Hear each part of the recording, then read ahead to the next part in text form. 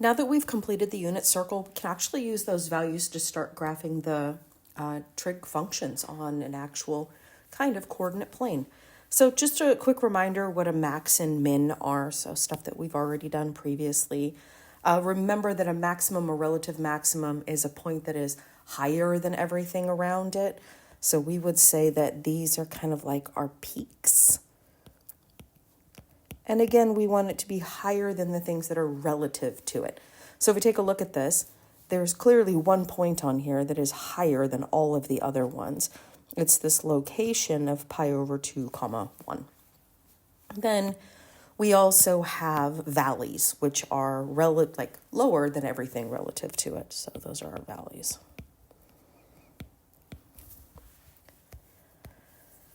Because of the repetition, because we can keep looping our way through the unit circle over and over and over and over and over again, this pattern is going to keep repeating. So we're going to have an infinite number of relative max and an infinite number of relative min if the domain of the graph just goes on forever.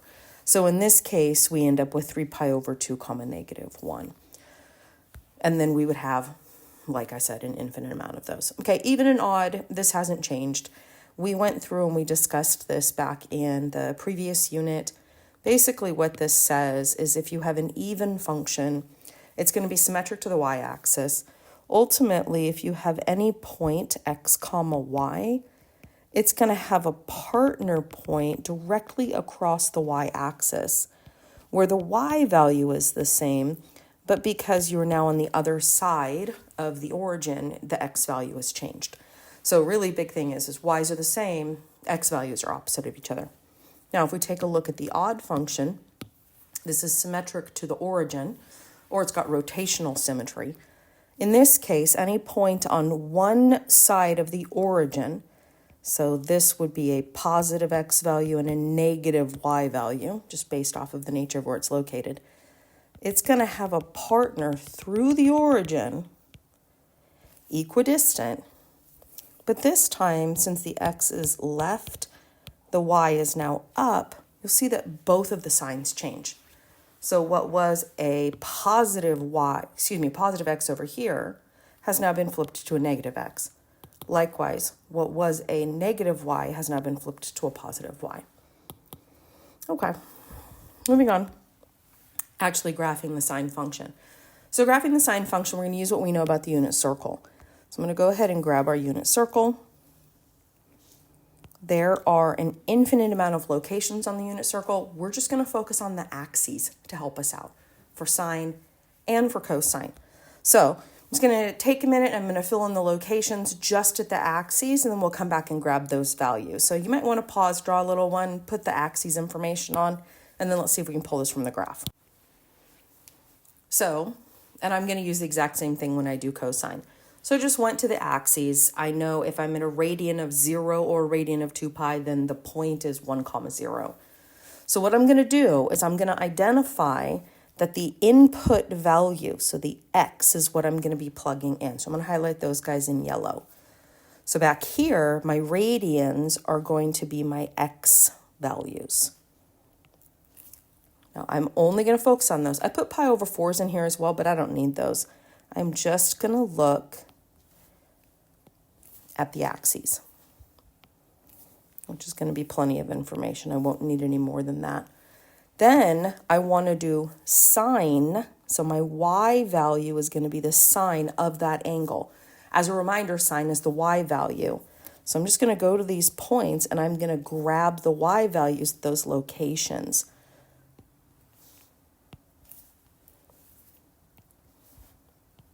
You can see highlighted in my table are my xy coordinates. And then I went through and plotted those on the graph. So if you take a look over here on the right-hand side, this is what my sine curve looks like. Now, this sine curve does continue forever following the exact same pattern that you see on there. So it oscillates around the x-axis. The period is the length that it takes horizontally, like on the x-axis, for the graph to start repeating itself. Well, we know as soon as we make a full loop from 0 to 2 pi, Then we're going to have the exact same values again up at the top of the pi over 2 location, the exact same value again at the pi location, 3 pi over 2, and then the 2 pi location, which is 4 pi. Every time we make a full loop, we're getting the exact same sine values. So since it takes one full loop for the sine to start repeating itself, we would say that the period of the sine curve is going to be 2 pi. So the period of the sine is 2 pi, assuming we haven't done anything to it. Basically, that is from the beginning for us, which is going to be at 0, until we make a full loop in the unit circle, which is going to be at 2 pi. Then we have well, how tall is this graph? That's going to be amplitude for us. Amplitude of the sine curve with no vertical stretch or compress is going to be 1. There's a couple of ways to look at this. You can take the maximum height, which is a 1, and the minimum height, which is -1, or where the minimum is, and you can average those together. So we can count the distance from here to here, and we would see that that distance is 2. And then you can, well, let's not use a highlighter on that. Then you can see that when you add the two distances together and then average them, you're going to get 1. There's another way to do this, though. I'm definitely more of a fan of doing it this way. You can find what's called the midline of the graph. The midline is where it looks like the graph is bouncing around. If you're on the midline, then you can just count however high or low you have to go to get to the max or the min. It's 1 unit. So we have an amplitude of 1. Okay, this should look familiar on the bottom here. This is the stuff that we did back when we did transformations. So we still have A, B, C, D. We've got some identifiers of what they are now. Amplitude is going to be your A, so it would be your vertical stretch. Your period, because it's 2 pi, remember we're going to divide by the value in front. It looks like multiply, do the opposite. Phase shift is the right-left movement.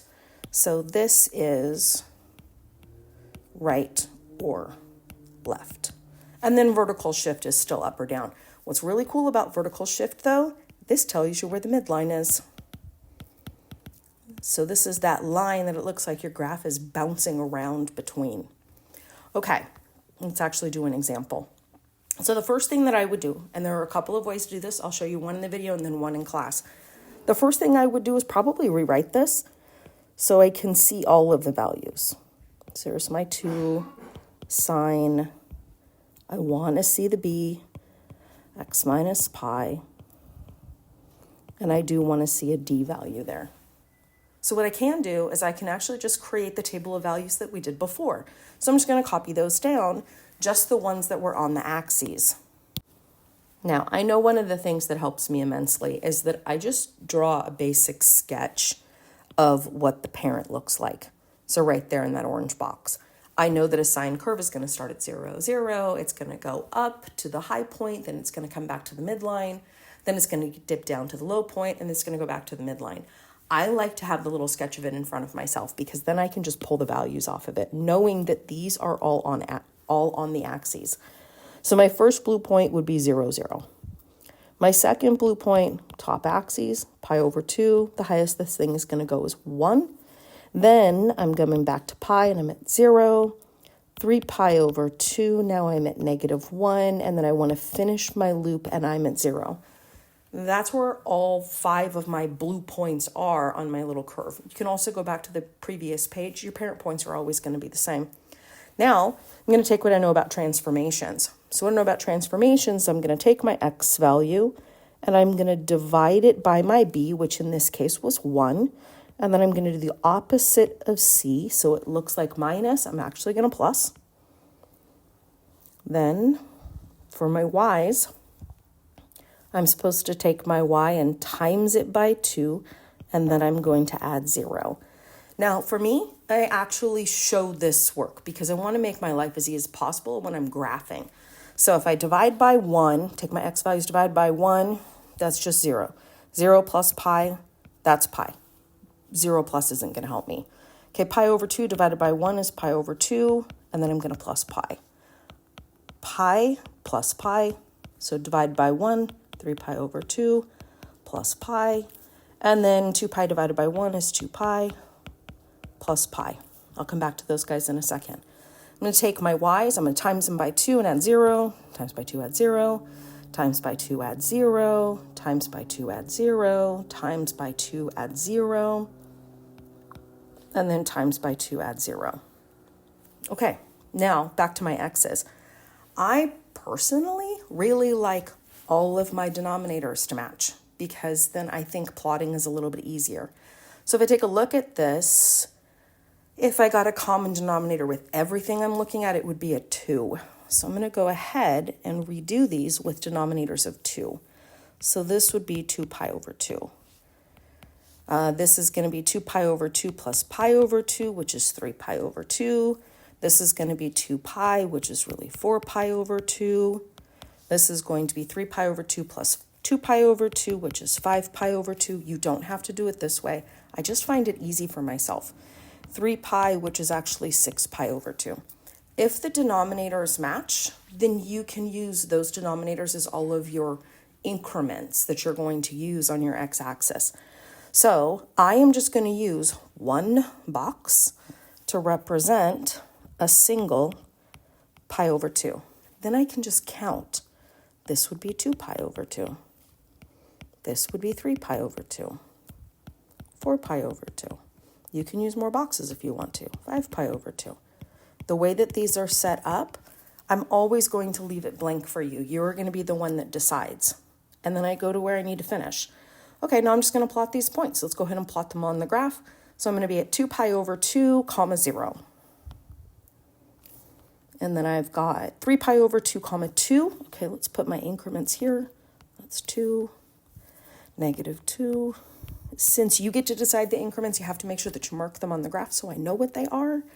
So we're at 3 pi over 2, 2, 4 pi over 2, 0, 5 pi over 2, negative 2, 6 pi over 2, 0. I'm going to go ahead and connect the dots. And it should look like the sine curve. And it does keep going. It repeats. So you might want to consider, because we have to identify some stuff.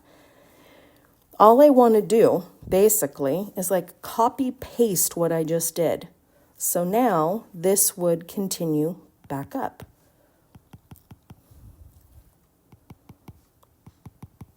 This would continue backwards.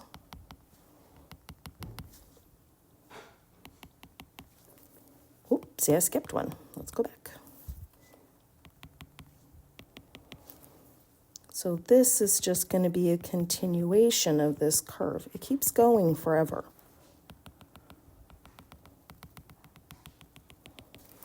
Now that I have this, so I only put it dashed so it makes it a little bit easier for me to see it. Now I should be able to identify all the things that I have on this graph. And as you're identifying, you can just look at the equation or you can look at the graph. You can use the patterns in this. I think I'm going to go through and take a look at that midline. So where it looks like it's bouncing between. So my midline is right at 0, which is where it should be because it was the D value. So if I go back here, very top, that plus 0 I had at the end, that's actually the location of the midline. So that's where my graph should be oscillating around, so bouncing back and forth. Now that I know where that is, I can just figure out exactly what my amplitude is. I could also see it in the equation. Amplitude is going to be from any point on that midline, however high up you have to go to get to the maximum, or however low you have to go to get to the minimum. In this case, that distance is going to be 2, which means my amplitude is 2, which I can also see because it's my A value. Now, if that's negative, don't put a negative value on your amplitude. Amplitude is like a distance or a length. Okay, period. We can take a look at the equation itself, or we can actually take a look at the graph and see how long it takes for the graph to start repeating itself, or how far did we go from the beginning of our graph when we first started plotting. So I started plotting right there, so marking it in green. and I stopped plotting right there. Whatever this distance is the period. Well, that distance is from 2 pi over 2 to 6 pi over 2. 2 pi over 2 to 6 pi over 2 is going to be 4 pi over 2. This is a 2 pi distance, which makes sense because I can use my b value. My period is 2 pi divided by that value, and 2 pi divided by 1 is just 2 pi. Okay, phase shift. Phase shift is how far right or left you went from the origin to get your very first point. So if I'm using purple this time. If I start there, how far to the right or the left did I have to go to actually start my graph? Well, it looks like I went right 2 pi over 2. And you can actually just leave it as 2 pi over 2, or you can say pi. I could also see it in my equation. Remember, it's opposite of what you're looking at. Okay, vertical shift. Well, vertical shift is that midline idea. I didn't vertical shift this thing at all. There's none. Now, if we're taking a look at the entire domain of a sine graph, domain's all real numbers, because it's going to keep going. Range, well, go from min to max. It looks like this thing goes as low as -2 and as high as +2. To find my y-intercept, this is actually one of the reasons why I went and scooted my graph back. My y-intercept is actually right at 0, 0. Now, I may end up having to plug in a value to find it. Even odd, neither. Well, if I take a look at this and I think about symmetry, I can see that this graph is symmetric to the origin. Since it's symmetric to the origin, so all the points kind of bottom right have a partner top left through the origin. That means that this is an odd function. Okay, relative max. So let's just find one of them. So if we go to find our relative max, one of the points, and we'll color code this in red, is right at 3 pi over 2. The next max is right over here, also red, which is 7 pi over 2. The distance between those is going to be the period for a sine graph and a cosine graph, actually. So what we want to do is we want to find one of them. We write them as points, 3 pi over 2, plus or minus, it's going to be right and left, the entire period of 2 pi, however many times we want. N is an integer here. So if I go 1 over, then I would be at 3 pi over 2 plus 2 pi. If I wanted to go 7 down the road, then that would be 3 pi over 2 plus 2 pi times 7. And then the y value at the maximum is going to be up at 2.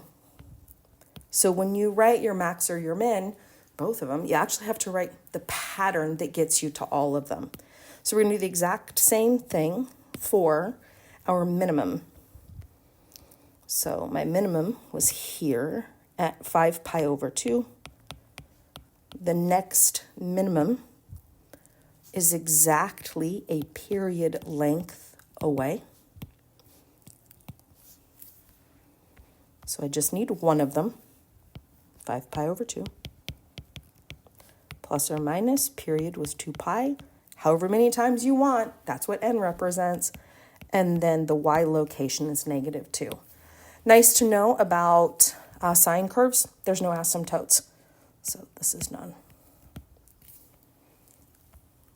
Okay, we've got one more sine curve to do. Let's see if we can do it. Okay, I'm going to follow the exact same process here. So I like to pull everything out so I can actually see it. -1 times sine. I'm going to factor that 3 out just like you did earlier this year. This is going to be pi over 6 minus 2. And actually, we can identify a ton of the stuff right now without actually graphing it. I know that the amplitude is going to come from whatever my coefficient is in front. It doesn't use the negative sign, though. So my amplitude is actually going to be 1. Then I can take a look at, to find the period, I'm going to take my b value, and my period is going to be 2 pi over b. So in this case, the period length is actually going to be 2 pi over 3. So it looks like it's going to be like crushed a little bit, kind of like an accordion. Oh, might be like a horizontal compression, if you will. Then I can take a look at the c value here. That pi over 6 tells me I'm going to be going left pi over 6 for my phase shift. My vertical shift is going to be the d value at the end. So this in purple tells me that I'm going down to, that down to is also my midline. This is the line, so from like the x-axis, when I go down 2 units, my graph's going to oscillate around that. So I'm actually going to go ahead and just put that on my graph. So there's -2. I know that my graph is going to bounce around that line. So I'm going to think of this little purple line as kind of like my new x-axis, I guess, if you will. Domain, well, the domain for all sine graphs is all real numbers. Range you might want to wait on until you actually have the graph in front of you. Y-intercept you might want to wait. Even odd neither you might want to wait. Max min. Okay, but asymptotes we can put none. We know that answer already.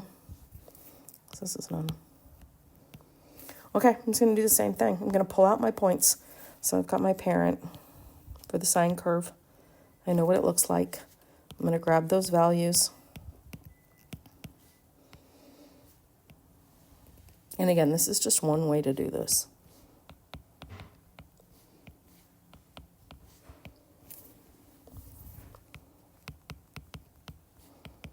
And then make sure you finish the loop to 2 pi. And we're going to take those and we're going to transform them.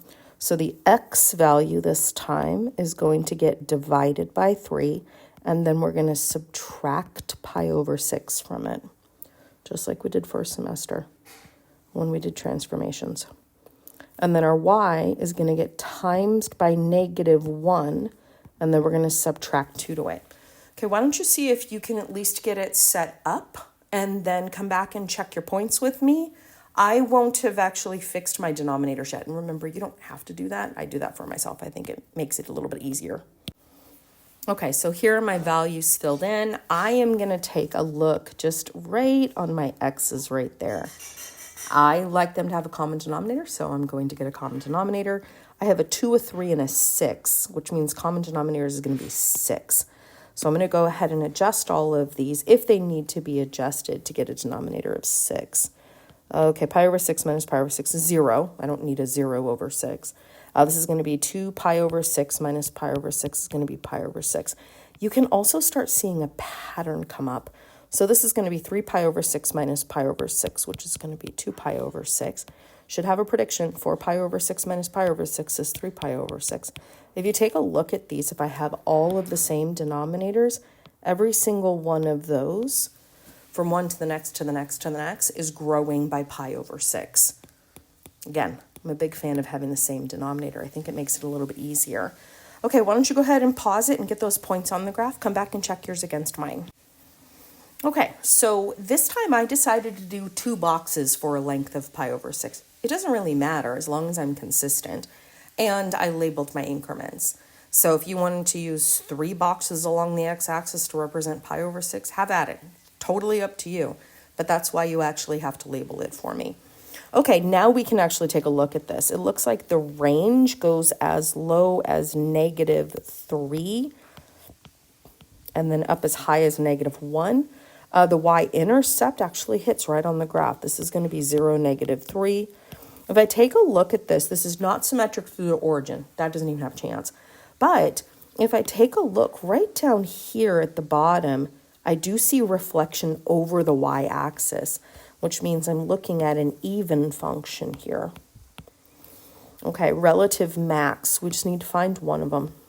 And the one that we plotted was 2 pi over 6. The next one is going to be down here at 6 pi over 6. The distance between those two is the period. If you go from 6 pi over 6 to let's try that again, 2 pi over 6 to 6 pi over 6, that's 4 pi over 6. 4 pi over 6 is the exact same thing as 2 pi over 3. That was the period we got before. Now, you don't have to simplify it for me. You can, but you do not have to. You actually don't even have to simplify the 2 pi over 6 if you don't want to. So I'm not going to. You can, but again, not required. 2 pi over 6. I am only going to simplify the period on this because I want you to see that they're technically the same thing. 2 pi over 3 and 2 pi over 3 is the distance from max to max. Comma, make sure that you identify it as a point. This goes as high as -1. And then for the min, just find one of them. Doesn't matter which one you use because there's an infinite amount. So I'm just going to choose 0 right there where it's green. I know that the next one is way over here at 4 pi over 6. And I know that that length is still the period. Just technically 2 pi over 3. And that is accurate. Still matches. So I'm going to do 0 plus or minus 2 pi n over 3, comma, and then this goes as low as -3. That's it for our sine curve. Now, honestly, we're going to do the exact same thing with cosine. It's just that the points are different for cosine because you're looking at the x values now from the unit circle at the axes locations. So here we have cosine, and I started the exact same way that I did before. I went through, I took out my unit circle. I know that the input is x, and x is the radians or the angles. So I highlighted all of those in yellow. I'm only using the axes again.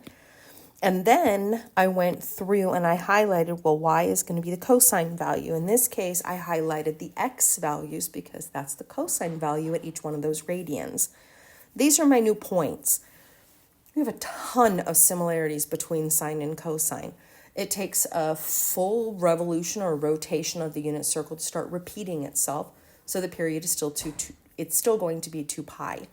We still have this whole midline thing that hasn't changed.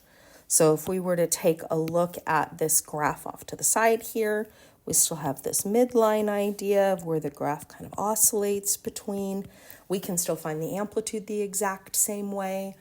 We still know because the period is 2 pi or 2 pi over b, that's still the same, is that we can figure out the distance between max and max is just going to be 2 pi over bn, and then whatever the y value is at that point.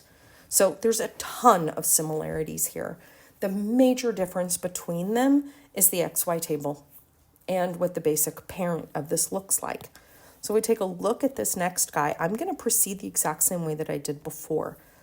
So I would do y is equal to, and I would rewrite it as 1/3 times cosine. Take out the 4. This is going to be x minus pi over 4. Close it. And then have my -1 at the end. When I start pulling the points out of the graph, this is why I put those little sketches off to the side. If I take out, and I know what the cosine graph looks like, cosine starts high and then ends up. So those points that I'm using are those 5 points, still being axis locations.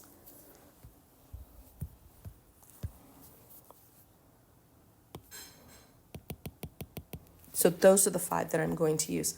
But I'm going to do the exact same thing that I did before. So my recommendation is to find those parent points just like you did. This is going to be a ton of pause, see if you can get it. The only real difference, honestly, is the parent points that you're going to start with, because the transformations, everything else that you do is going to be the same. It is just that the graphs look slightly different from each other. So I know if I'm at 0, I'm actually at 1 this time. If I'm at pi over 2, I'm at 0. If I'm at pi, I'm technically at -1. If I'm at 3 pi over 2, I'm back at 0. And then if I'm at 2 pi, I'm at 1. That's really the major difference here. So See if you can identify everything just like we did before. So my recommendation is pause. Then come back and check. Fast forward through all the stuff that you don't need on this example.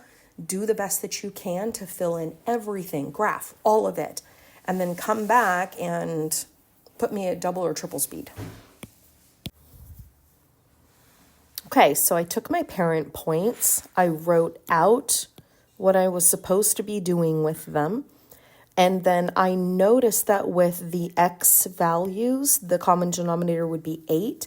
But then as I started completing them, I noticed that there were 1 pi over 8 growing. So as long as my math was good, as long as I saw the pattern, I knew what it was going to be pi over 8 distance. Then really with my y values, I saw that they were in thirds. So I just used 3 boxes for -1. So like the first box would be 1/3, the second box would be 2/3, and then the third box would be 3/3. I just want to make my graphing life a little bit easier. And now that I have it, I can go ahead and identify all this stuff from the graph. So my range looks like, and I can see it in the table also, that it goes as low as -1 1/3, and then as high as -2/3.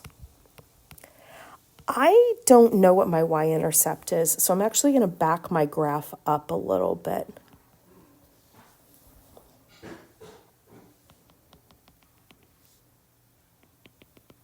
Well, it looks like it's supposed to hit right there. So it looks like I'm going to be at 0, -1 1/3.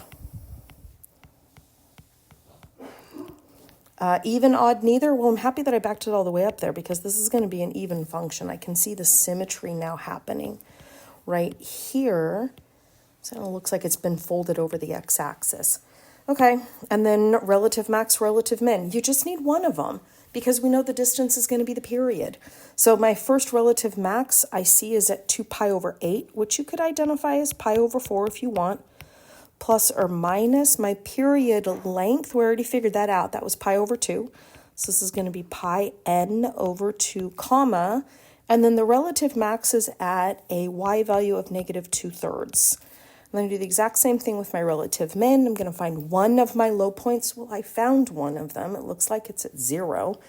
So I could do 0, comma, and then I am going to do, back up. We need to put the plus or minus in. Let's do plus or minus pi n over 2, comma, and it looks like that's going to be at -1 1/3, and for asymptotes, we always have none. So just keep in mind that this distance that gets you from max to max and min to min is going to be the period also. Okay. Last question on here is being able to use a word problem and try to extract the information from it. So I recommend pausing it. See what you can do about looking at the graph and pulling out, like, what's the period on this? So how long does this full cycle take? What is the amplitude on this? Is there a phase shift? Is there a vertical shift? So see if you can find those and try to extract the information that comes out of the picture. And then when you're ready, come back and we'll walk through it. Okay, so after reading through the problem and taking a look at the graph, I can see the midline right now where it's oscillating between. It looks like that is at 0. Since this is at 0, so this is my midline, then I know in the equation D is equal to 0 because there was no up-down movement. I also can see where this thing starts. So take a look here, go down to the midline here. Looks like this x value is 0, so 0 Earth days, which means my phase shift is 0.